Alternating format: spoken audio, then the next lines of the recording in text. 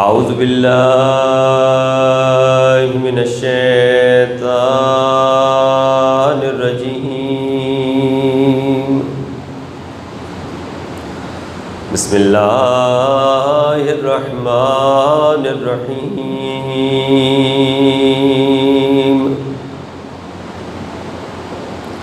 لا حول ولا قوة إلا بالله العلي العظيم حسبنا الله ونعم الوكيل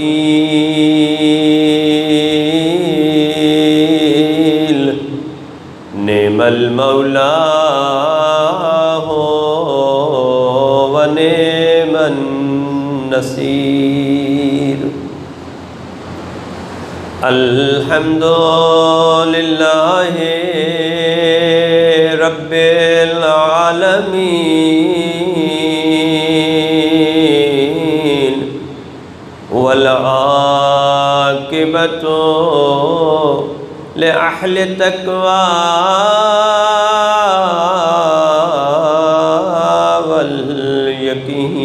واليقين الصلاة والسلام على أشرف الأنبياء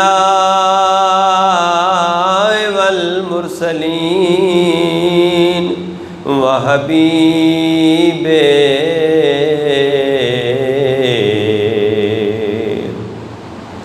إله العالمين أبي القاسم محمد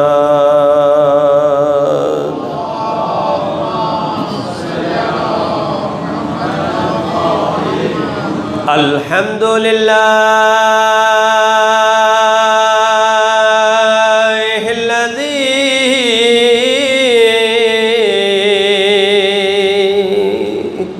جعلنا من المتمسكين بولاية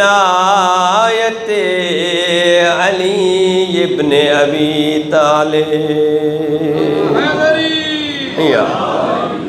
ووزيره وأخيه ووارث علمه علم الأولين والآخرين فاتح الخيبر والخندق والأحد والحنين والد شبیر وشبر آنی امیر المؤمنین نار حیدری وآلہ الطیبین الطاہرین المعصومین المنتجبین المنتخبین المختارین الذین اذهب اللہ عنہم الرجسا وطہرہم تطہیرا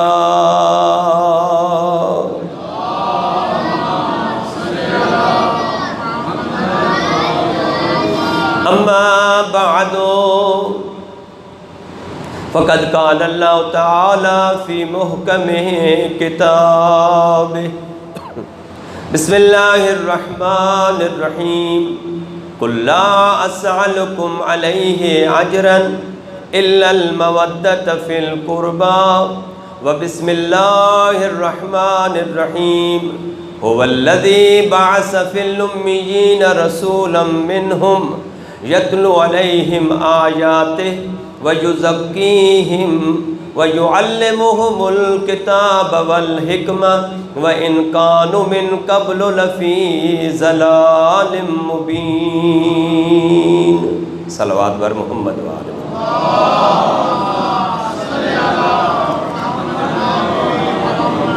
وَجِلْ فَرَجَ آلِ محمد۔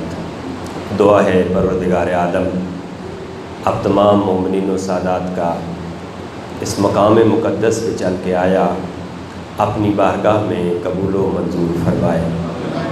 جتنے قدم چل کے ذکر پاک میں آئے ہیں، کائنات کا خالق ہر قدم کے بدلے میں، ہر قدم کے عوض آپ کے والدین کے، آپ کے اساتذہ کے، آپ کے دوستوں کے، آپ کے پڑوسیوں کے، آپ کے تمام رشتہ داروں کے، بلکہ اس پوری دھرتی کے تمام شیعہ سنی مسلمانوں کے صغیرہ کبیرہ گناہ معاف فرمائے۔ جتنی حاجات رکھتے ہیں کائنات کا خالق آپ کی تمام حاجتوں کو پورا فرمائے، اور اس عظیم دربار سے خالی جھولیاں نہ جائیں بلکہ جھولیاں بھر کے جائیں۔ تمام دعاؤں کی استجابت کے لیے محبت فرمائیں، بلند صلوات۔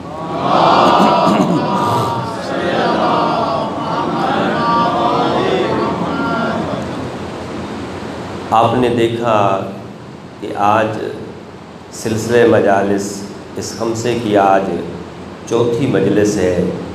میں نے کسی بھی فرد کو یہ نہیں کہا کہ کہاں بیٹھے ہو، میری طرف دیکھو، سن رہے ہو، جاگ رہے ہو، میری عادت ہی نہیں ہے۔ میں کہتا ہوں کہ جو گھر سے آ گیا ہے اس نیت سے کہ ہم نے مجلس میں جانا ہے، یقیناً وہ مکمل توجہ کے ساتھ ہے۔ لیکن ایک اپیل ضرور کروں گا، وہ یہ ہے کہ اگر اکٹھے ہو کے بیٹھیں تو میری گردن بار بار نہیں مڑے گی۔ البتہ اچھا ہوتا ہے، ورزش ہوتی رہنی چاہیے، لیکن اگر تھوڑی سی جگہ مناسب طریقے سے بیٹھ جائے تو وہ تھوڑا بہتر ماحول بن جاتا ہے۔ کوشش کیا کریں ہمیشہ سے کہ ایسے بیٹھیں کہ تاکہ پڑھنے والے کی توجہ آپ کی طرف ہو اور آپ کی توجہ پڑھنے والے کی طرف ہو۔ محسوس نہیں کرنا، ایک صلوات پڑھ لیں محمد والے محمد۔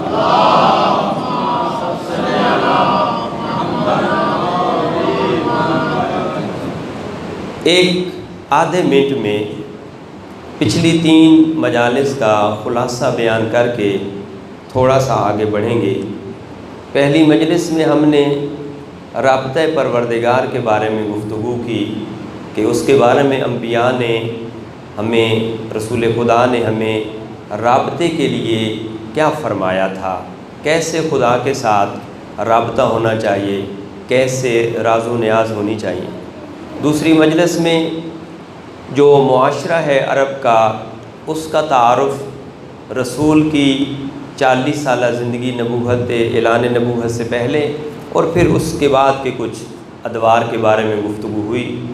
کل کی مجلس میں رسول خدا نے جب وہ تمام مکے والے کچھ ہدایہ، کچھ تحفے، کچھ سرداریاں، کچھ رشتے دے رہے تھے، قبول نہیں کیے، لیکن ایک وقت آیا کہ اللہ کے نبی نے پروردگار عالم کے حکم سے کہا کہ مجھے اجر رسالت دے دو، اور وہ اجر رسالت اس لیے مانگا کہ کیونکہ دین کا کام مکمل ہو گیا۔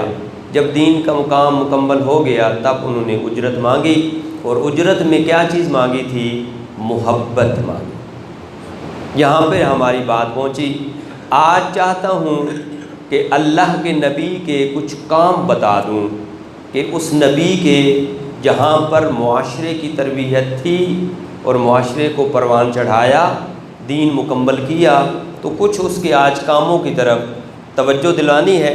لیکن مقدمتاً جو یہ چھوٹے بچے بیٹھے ہیں ان سے 2-3 سوال کر کے تاکہ توجہ جو ہے وہ میری طرف آپ کی ہو جائے۔ اسی عزیز سے پوچھ لیتے ہیں کہ جو اپنے انگوٹھے کے ساتھ کچھ کام کر رہا ہے کہ آسمانی کتابیں کتنی ہیں بیٹا؟ کوئی بات نہیں، ایک کتاب تو ہے ہی ہے، اس میں تو کوئی شک نہیں ہے۔ تھوڑی سی گنتی کو آگے بڑھائیں، کون بتائے گا آسمانی کتابیں کتنی ہیں؟ 4 ہیں، شاباش۔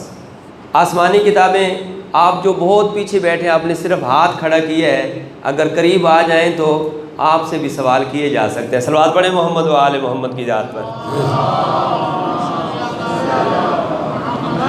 تو آسمانی کتابیں 4 آسمانی کتابیں ہیں۔ ایک کتاب کا نام تورات ہے، ٹھیک ہے؟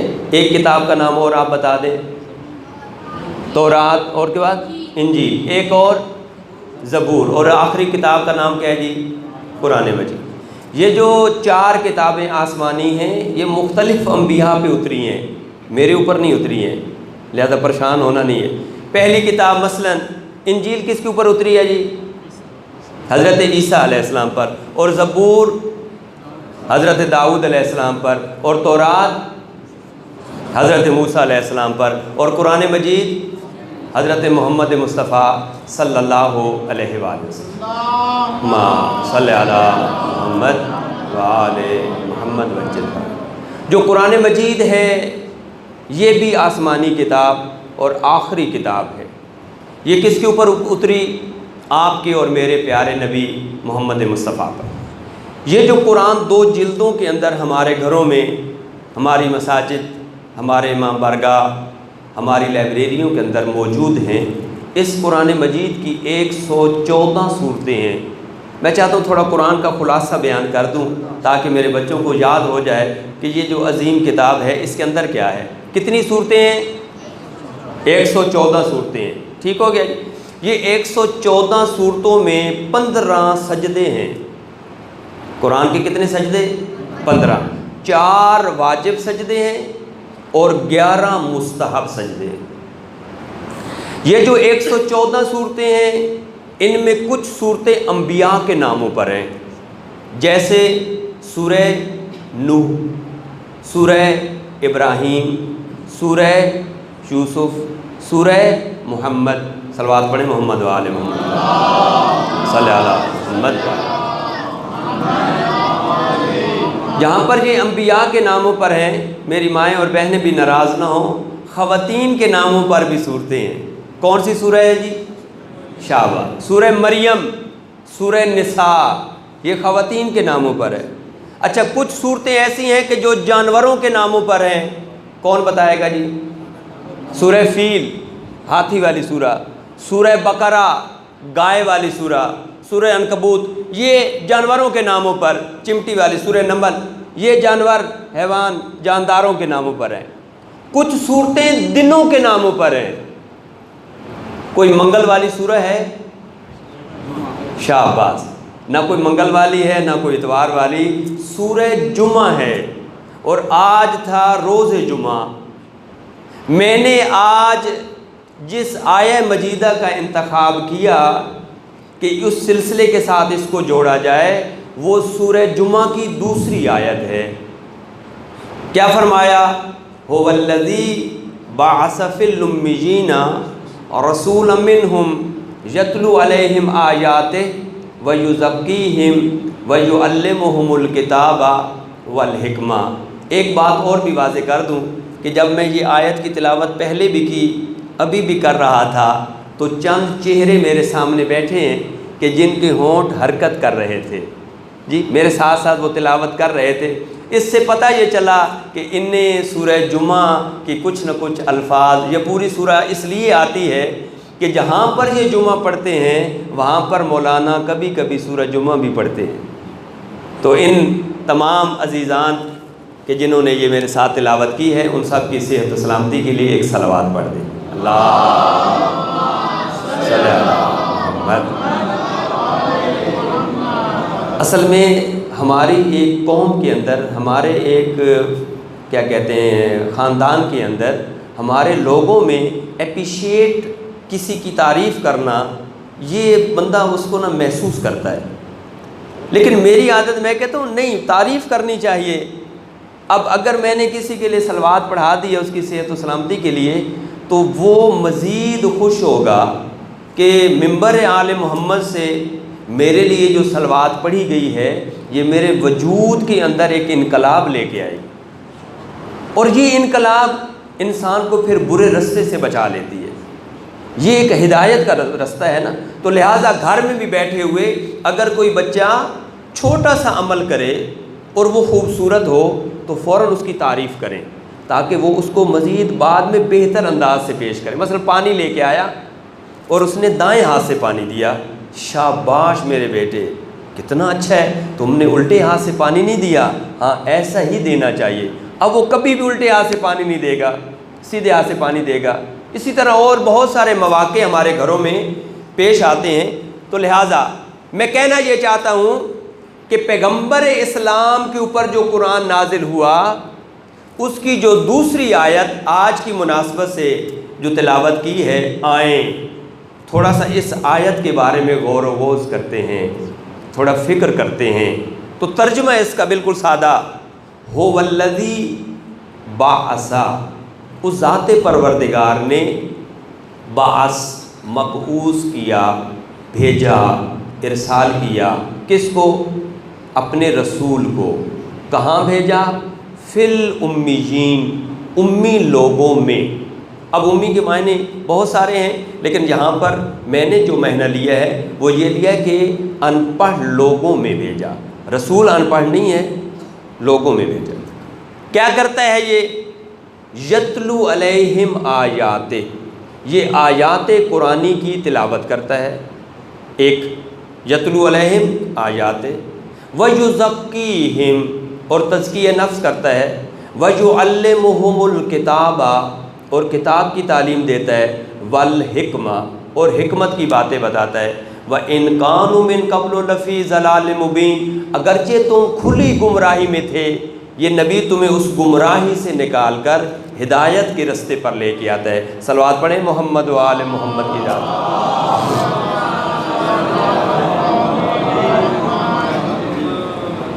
تو 4 آسمانی کتابیں بتائیں، اب 4 رسول کے کام کون سے؟ پہلا کام بتایا آیات کی تلاوت کرتا ہے، دوسرا تزکیہ نفس کرتا ہے، تیسرا کتاب کی تعلیم، اور چوتھا حکمت کی باتیں۔ ایک دفعہ دوبارہ سن لیں کہ جن کے سر نیچے ہیں تاکہ وہ بھی اس چیز کو یاد کر لیں۔ 4 رسول کے کام، پہلا کام آیات کی تلاوت، دوسرا تزکیہ نفس، تیسرا کتاب کی تعلیم، اور چوتھا حکمت کی باتیں۔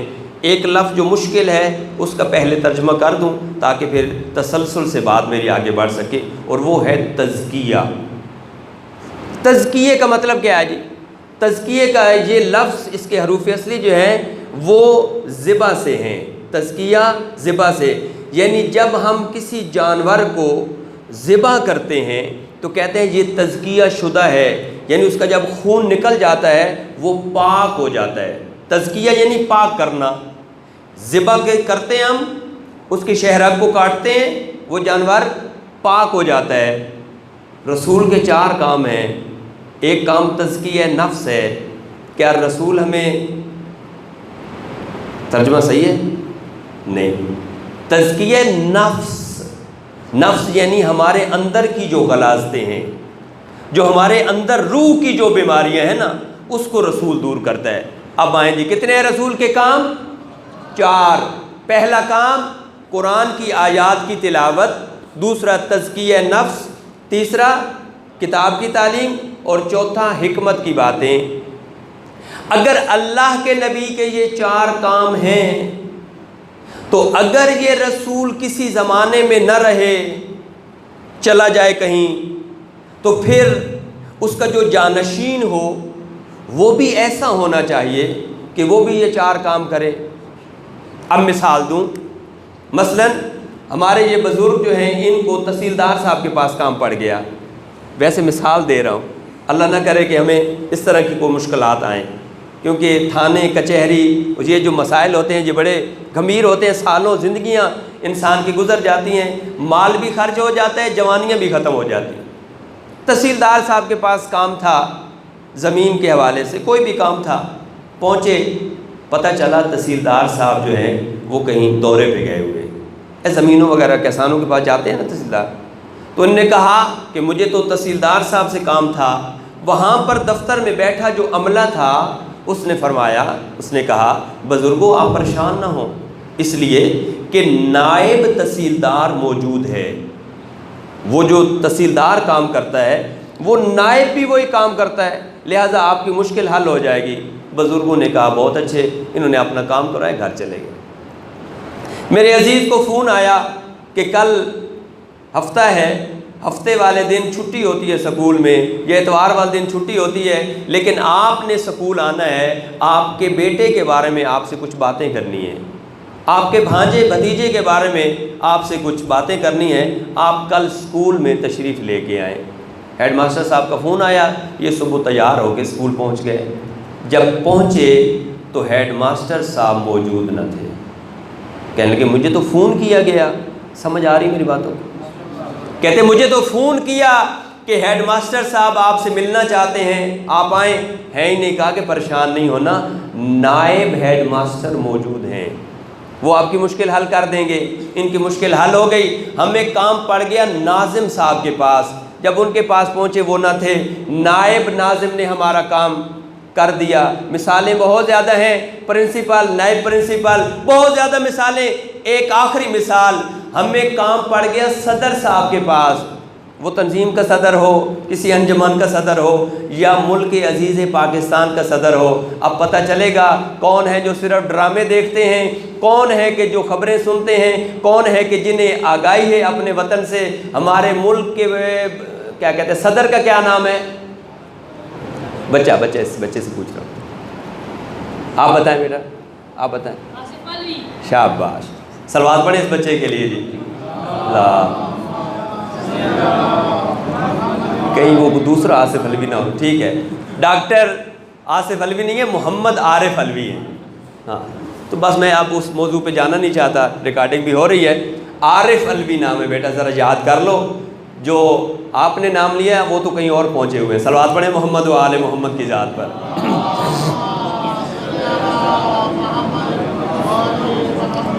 ڈاکٹر عارف علوی صاحب کے پاس جب ہم پہنچے تو پتہ چلا کہ وہ کسی ملک کے دورے پہ گئے ہوئے ہیں جی. سعودیہ گئے ہوئے ہیں، امریکہ گئے ہوئے ہیں، ملیشیا گئے ہوئے ہیں. ہم نے کہا ہمیں تو ان سے کام تھا.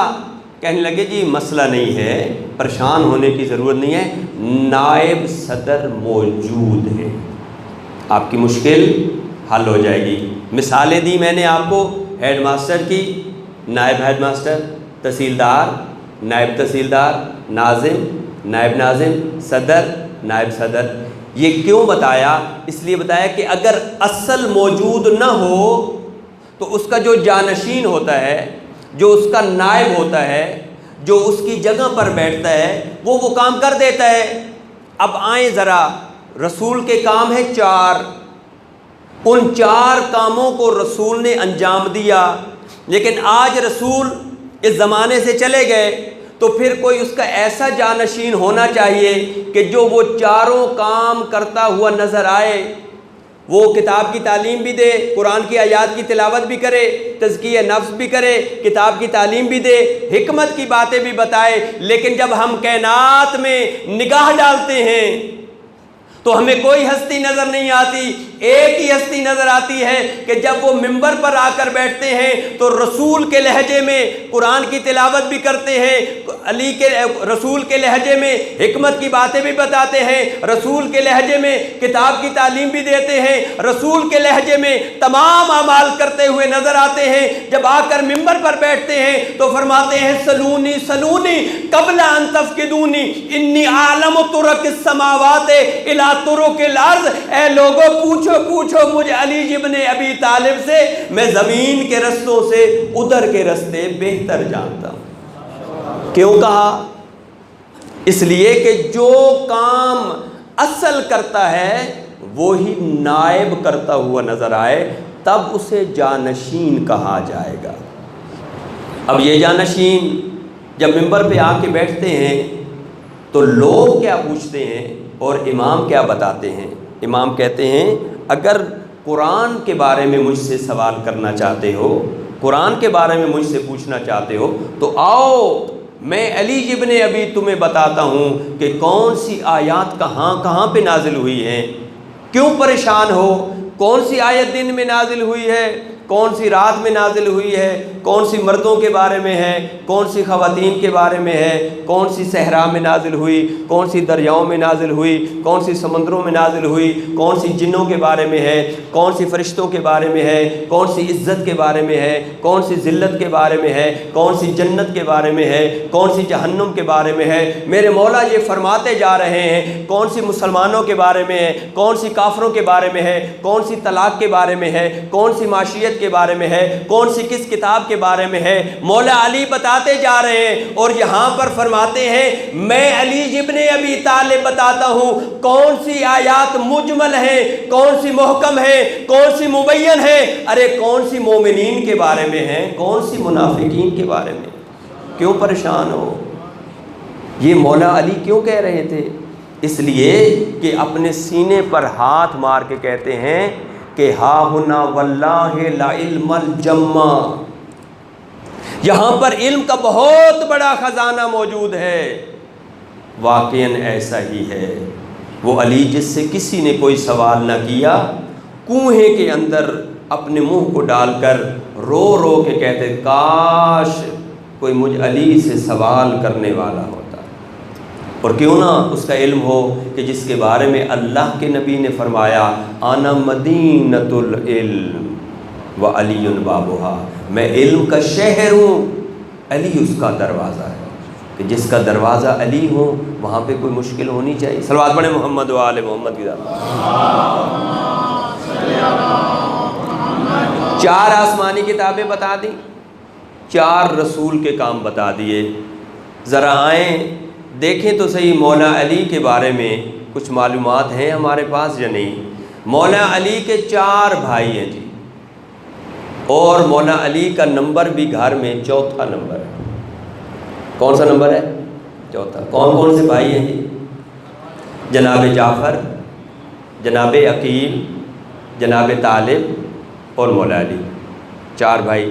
جن کو نہیں یاد وہ یاد کر لے۔ اور مولا علی کا بھی 4تھا نمبر گھر میں، اور مولا علی کو جو حکومت ملی وہ بھی 4تھے نمبر کی۔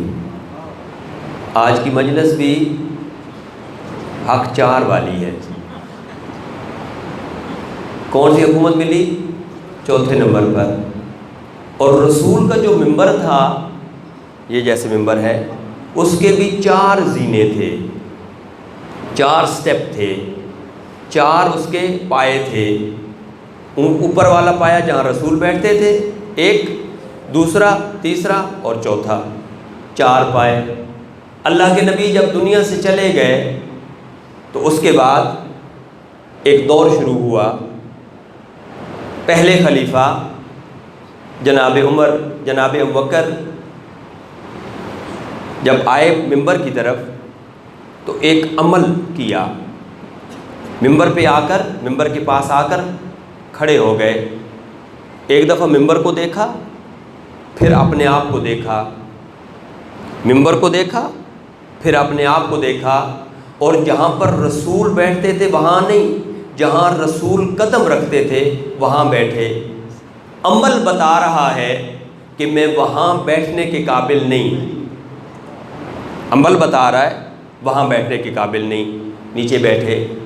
دوسرے خلیفے جناب عمر آئے، ایک دفعہ ممبر کو دیکھا، پھر اپنے آپ کو دیکھا، اور اس جگہ کا انتخاب کیا جہاں پہلے خلیفہ کے قدم تھے۔ عمل بتا رہا ہے کہ میں تو اس جگہ بھی بیٹھنے کے قابل نہیں جہاں پر پہلے خلیفہ بیٹھے تھے۔ تیسرے خلیفہ کی باری آئی جناب عثمان کی، انہوں نے ایک دفعہ ممبر کو دیکھا، پھر اپنے آپ کو دیکھا، اور بیٹھے اس جگہ پر جو آخری پایا، جو 4تھی جگہ تھی وہاں پر بیٹھے۔ عمل بتا رہا میں تو اس کے قابل بھی نہیں۔ اب 4تھی باری میرے مولا کی آ گئی۔ زینے کتنے تھے؟ 4، ختم ہو گئے۔ اب لوگ پریشان تھے کہ مولا علی کہاں بیٹھیں گے۔ آپ تو نہیں نا پریشان؟ ایک صلوات پڑھیں محمد و آل محمد کی ذات پر۔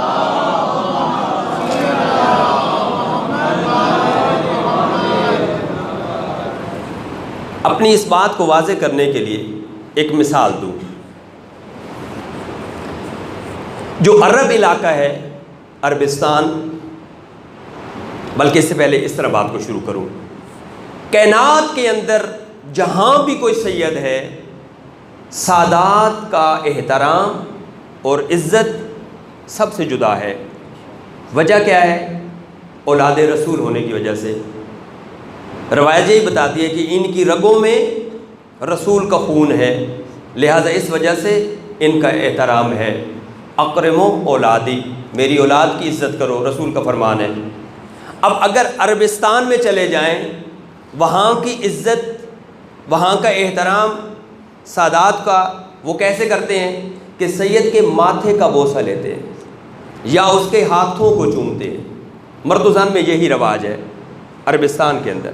عراق چلے جائیں، لبنان چلے جائیں، جی شام چلے جائیں، یہ جتنے بھی عرب علاقے ہیں، سعودیہ چلے جائیں، یہاں پر سید کے ماتھے کا بوسہ یا اس کے ہاتھ کا بوسہ لیتے ہیں۔ آ جائیں ہم اپنے ملک میں، پاکستان میں، سندھ چلے جائیں، سندھ میں سید کا احترام کیسے کرتے ہیں؟ اتنا جھکتے ہیں کہ پاؤں پہ جا کے ہاتھ لگاتے ہیں۔ جو ہمارا علاقہ ہے، ہمارا علاقہ یہ پنڈی، خوشاب، سرگودا، چکوال، یہاں پر سید کے احترام کے لیے جھک کے اس کے گھٹنوں پہ ہاتھ لگاتے ہیں، یا بعض صرف جھک کے ملتے ہیں۔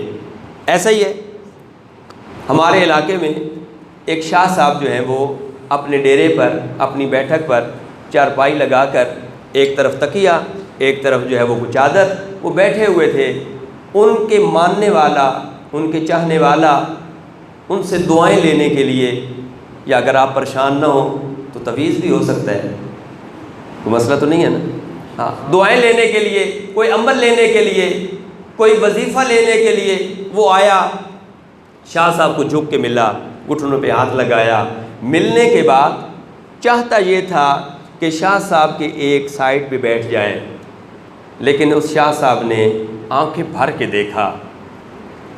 مومن، موالی، محب پریشان ہو کر نیچے بیٹھ گیا، کہ مطلب یہ ہے کہ شاہ صاحب کہنا چاہتے ہیں میرے برابر تجھے نہیں بیٹھنا چاہیے۔ توجہ ہے آپ کی آقا جان؟ میرے پاس میرے برابر نہیں بیٹھنا چاہیے۔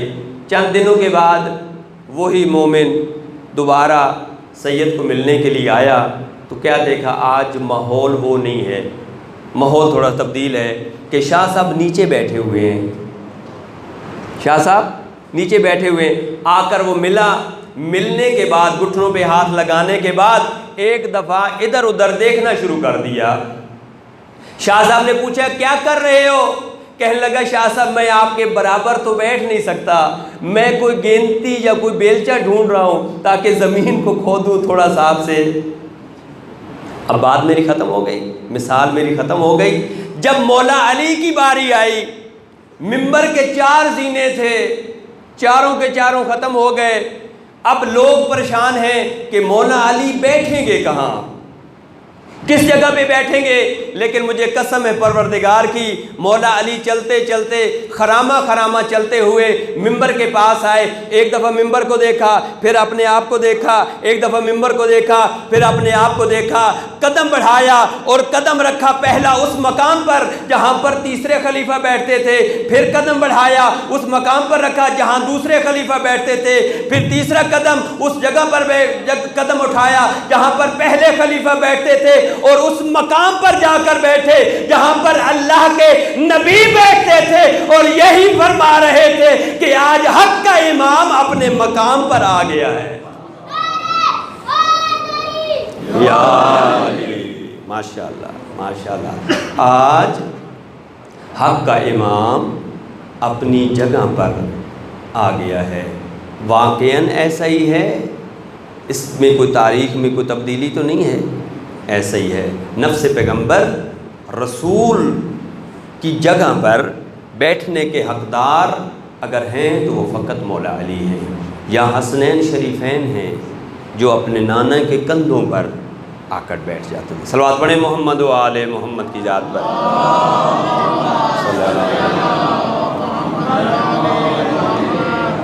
آج تو وقت کا جو ہے وہ پتہ ہی نہیں چلا، آپ مومنین بھی ماشاءاللہ خوب محو ہو کر گفتگو کو سماعت فرما رہے ہیں۔ دعا ہے خدا آپ کی توفیقات خیر میں اضافہ فرمائے۔ حضرت یعقوب، حضرت ایوب علیہ السلام اللہ کے بہت ہی برگزیدہ نبی ہیں۔ ایک لفظ استعمال ہوتا ہے صبر ایوب، یعنی جناب ایوب کا جو صبر ہے وہ تمام نبیوں سے جدا ہے۔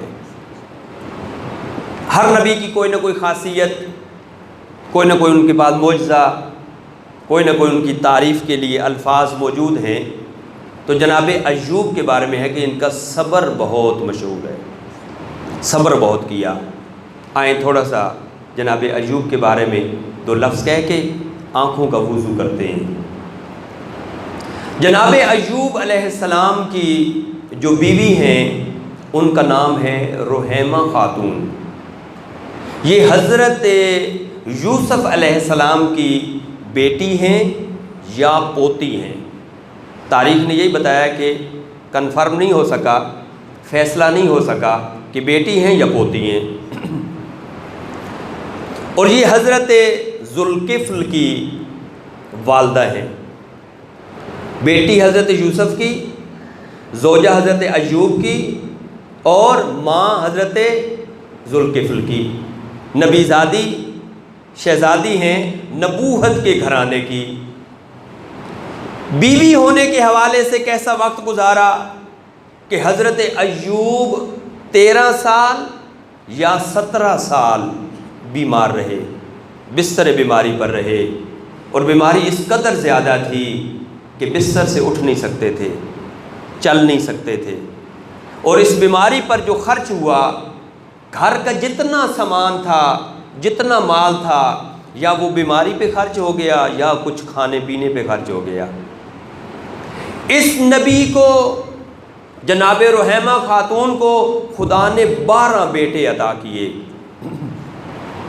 12 کے 12 بیٹے ایک ہی دفعہ چھت گری اور سب کے سب دب کر وہاں پر شہید ہو گئے، لیکن بیوی کا صبر نہیں ٹوٹا، صبر کا دامن نہیں چھوٹا۔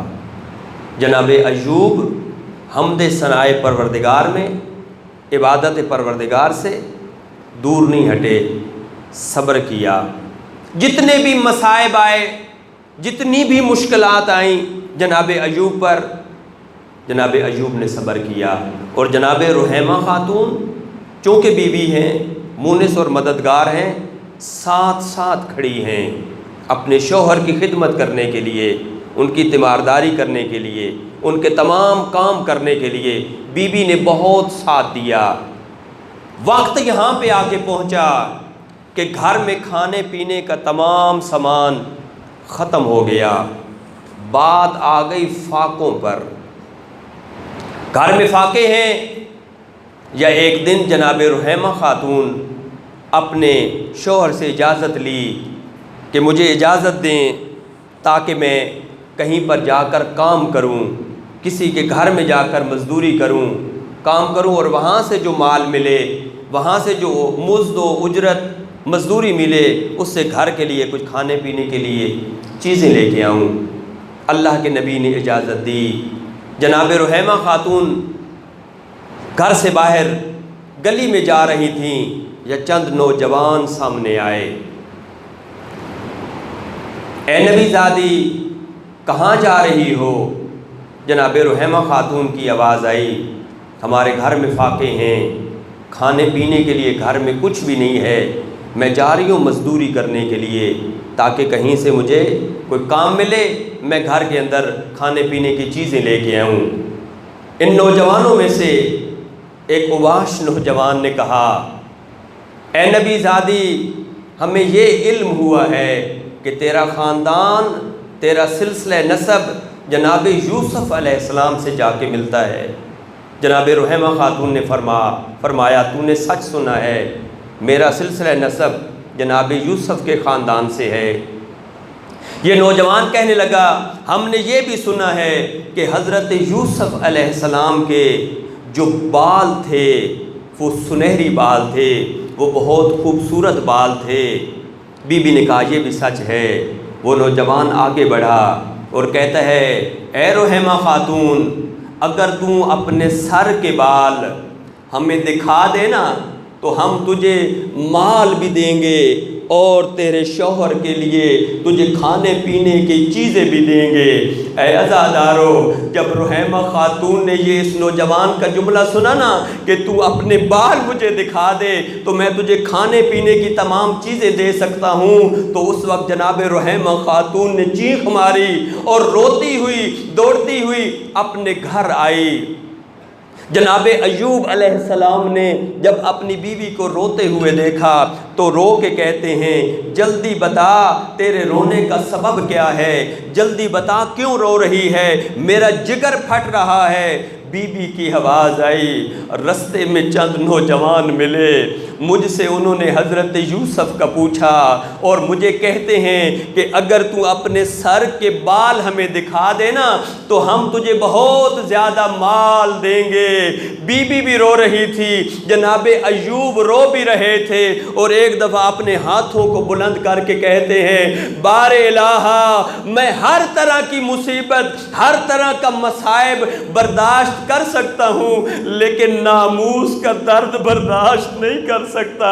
اے عزادارو، میں کہوں گا اے رحیمہ خاتون، اے نبی زادی، اے نبی کی بیٹی، اے نبی کی ماں، اے نبی کی زوجہ، اس نوجوان نے تیرے بالوں کا نام لیا تھا، تیرے بال دیکھے تو نہیں تھے اور تو برداشت نہیں کر سکی، تیرے رونے میں اضافہ ہو گیا۔ آنا ذرا ایک دفعہ شام و کوفہ کے بازار۔ جزاک اللہ، جزاک اللہ، جزاک اللہ خیر الجزا۔ عزادارو آ ایک دفعہ کوفہ و شام کے بازار میں، جہاں پر لوگ کہہ رہے تھے او انہیں پتھر مارو، یہ علی و بطول کی بیٹیاں ہیں۔ جزاک اللہ۔ اور میں کہوں گا اے حضرت ایوب، تیرا صبر تو مشہور ہے، لیکن تیرا صبر آخر میں چھوٹ گیا۔ لیکن ذرا ایوب کربلا کو دیکھ، سید سجاد کو دیکھ، کہ جس نے اپنی ماں کی چادریں اپنی آنکھوں سے لٹتی ہوئی دیکھیں۔ جزاک اللہ، جزاک اللہ خیر الجزا۔ اے عزادارو، ایک مومن میرے مولا امام سجاد کے پاس آ کر کہتا ہے اے سید سجاد، دکھ تو آپ کے اوپر بہت زیادہ آئے ہیں، لیکن بتا سکتے ہیں کربلا میں دکھ کون سا زیادہ تھا؟ میرے مولا و آقا کی آواز آتی ہے اے مومن نوجوان، تو بھی شریف زادہ ہے، یقیناً تیری ماں بھی شریف زادی ہے، تیری بہن بھی شریف زادی ہے، تیری بیٹیاں بھی شریف زادیاں ہیں۔ اگر یہ شریف زادیاں ایک حجرے کے اندر، ایک کمرے کے اندر بیٹھی ہوئی ہوں اور چند لٹیرے بدماش اس کمرے میں آ جائیں، مجھے بتا ان شریف زادیوں کی کیا حالت ہوگی؟ پھر امام رو کے کہتے ہیں 11 محرم کی رات، او میری پھپھیاں، میری مائیں، میری بہنیں ایک خیمے کے اندر موجود تھیں، یا شمرلین اپنے سپاہیوں کے ساتھ نیزے بردار خیموں کے اندر گھس آئے۔ اے عزادارو، میری مائیں اور بہنیں بہتر جانتی ہیں، جو بزرگ بیٹھے ہیں میرے جملے کی تائید کرنا، جب کوئی گھر میں نامحرم آ جائے نا تو جو بزرگ خواتین ہوتی ہیں وہ جوان بچیوں کے سامنے آ جاتی ہیں، یا جوان بچیاں بوڑھی خواتین کے پیچھے چھپ جاتی ہیں۔ میرا دل یہی کہتا ہے کہ جب شمر اور اس کے سپاہی خیموں میں آ کے گھسے ہوں گے تو جناب فضہ جناب کبریٰ کے سامنے آ گئی ہوں۔ میرا دل یہی کہتا ہے جناب زینب کبریٰ جناب ام کلثوم کے سامنے آ گئی ہوں گی، لیکن عزادارو میرے مولا امام سجاد فرماتے ہیں نہیں نہیں، ایسا تو نہیں ہوا۔ جب نیزے بردار اور جب لٹیرے ہمارے خیموں کے اندر داخل ہوئے، ہر بی بی ایک دوسرے کی پشت کا پردہ بناتی تھی اور یہی کہتی تھی حیا کر، او ہم محمد کی بیٹیاں ہیں۔ جزاک اللہ، جزاک اللہ عزادارو۔ اور لعینوں نے جب چادریں لوٹنا شروع کی، بیبیوں نے چادروں کو مضبوطی سے تھاما ہوا تھا، اس وقت تک چادروں کو نہیں دیا جب تک سر زخمی نہیں ہو گئے، اس وقت تک چادروں کو نہیں دیا جب تک چادریں پھٹ نہیں گئی۔ یہی کہتی تھی جب چادریں لٹ گئی، رو کے کہتی تھی نانا محمد او تیرا دین بچ گیا، ہماری چادریں لٹ گئی، پھر رو رو کے کہتی تھی واہ حجابا۔ جزاک اللہ جزاک اللہ۔ سوائے غم مظلوم کربلا کے کوئی غم نہ دیکھو عزادارو۔ 11 محرم کا رات، یہ رات بڑی مشکل تھی، لیکن جو دن چڑھا وہ اس سے بھی کہیں گناہ سخت تھا۔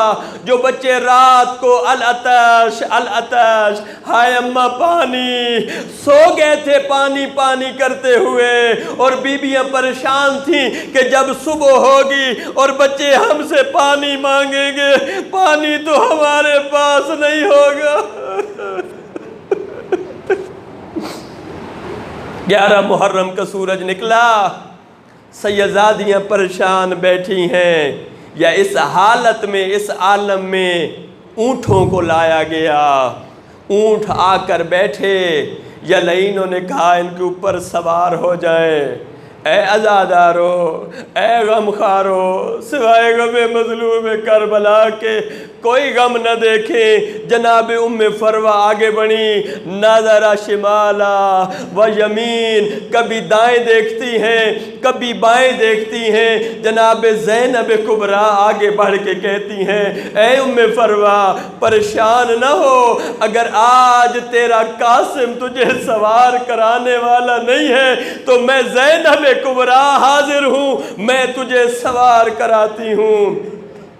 جناب لیلہ آگے بڑھی، لیلہ اگر اکبر نہیں ہے تو میں زینب کبریٰ تجھے سوار کراتی ہوں۔ عزادارو، ہر بی بی کو جناب زینب کبریٰ نے سوار کیا، حتیٰ کہ سید سجاد کو بھی، اپنے یتیم بھتیجے کو بھی سوار جب کرا چکی نا، بچ گئی زہرا کی بیٹی اکیلی۔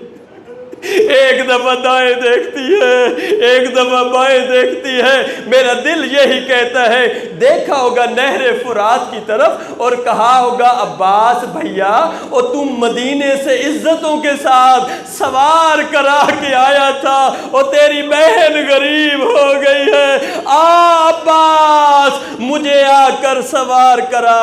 بس عزادارو، مجھے علم نہیں علی کی بیٹی کیسے سوار ہوئی۔ لعینوں نے اس قافلے کو مقتل گاہ سے گزارا، اس لیے تاکہ ان کے زخم اور تازے ہو جائیں۔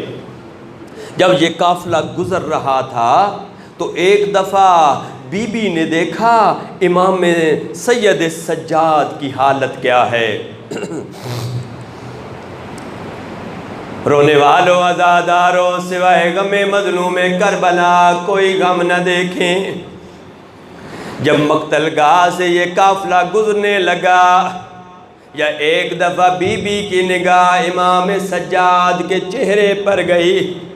جب چہرے پر نگاہ گئی، بی بی نے اونٹ کے بیٹھنے کا انتظار نہیں کیا، کھڑے اونٹ سے ایسے اتری جیسے جناب عباس اترے تھے۔ اے عزادارو، میرے اوپر سوال کریں، کیا مولا حسین کے لاشے کو دیکھا تھا اس لیے بی بی اتری؟ نہیں نہیں۔ کیا جناب عباس کے کٹے ہوئے بازوؤں کو دیکھا؟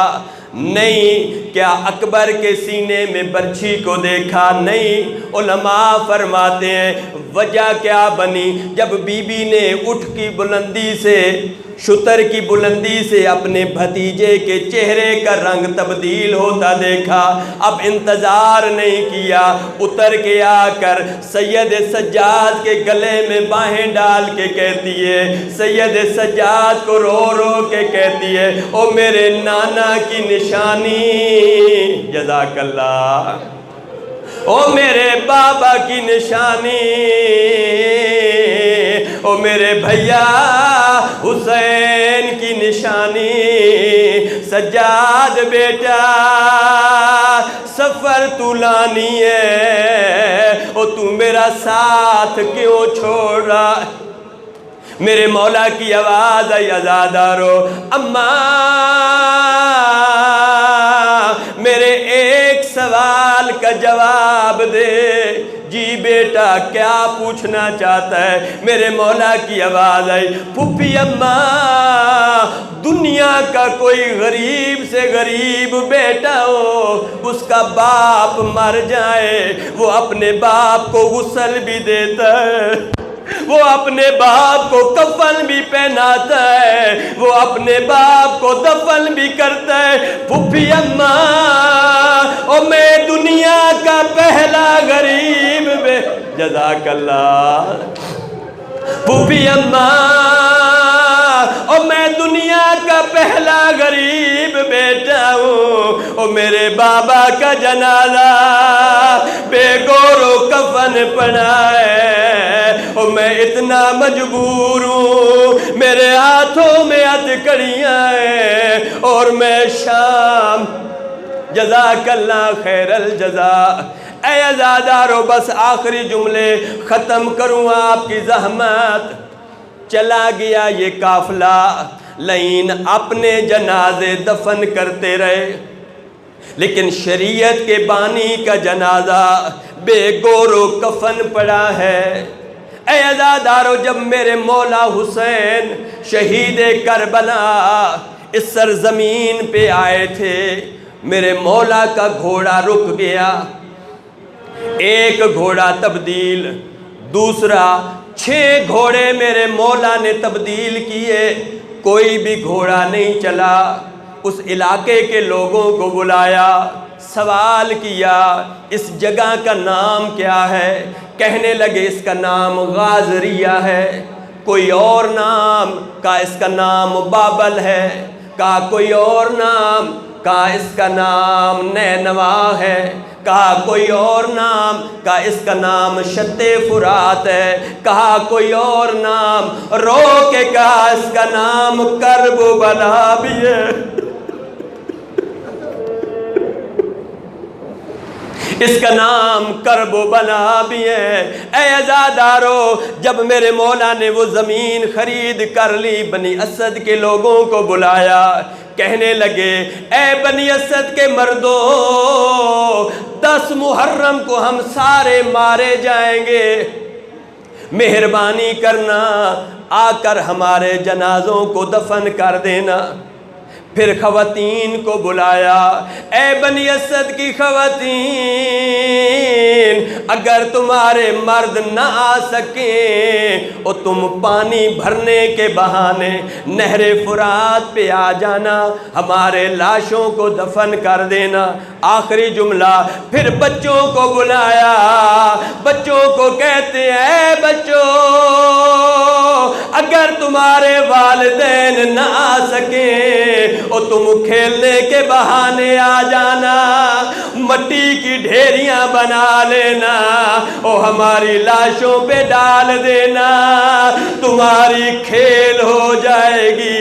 اور محمد کے نواسے اور جن کے کپڑے جنت سے آتے تھے، آج بے گور و کفن پڑے۔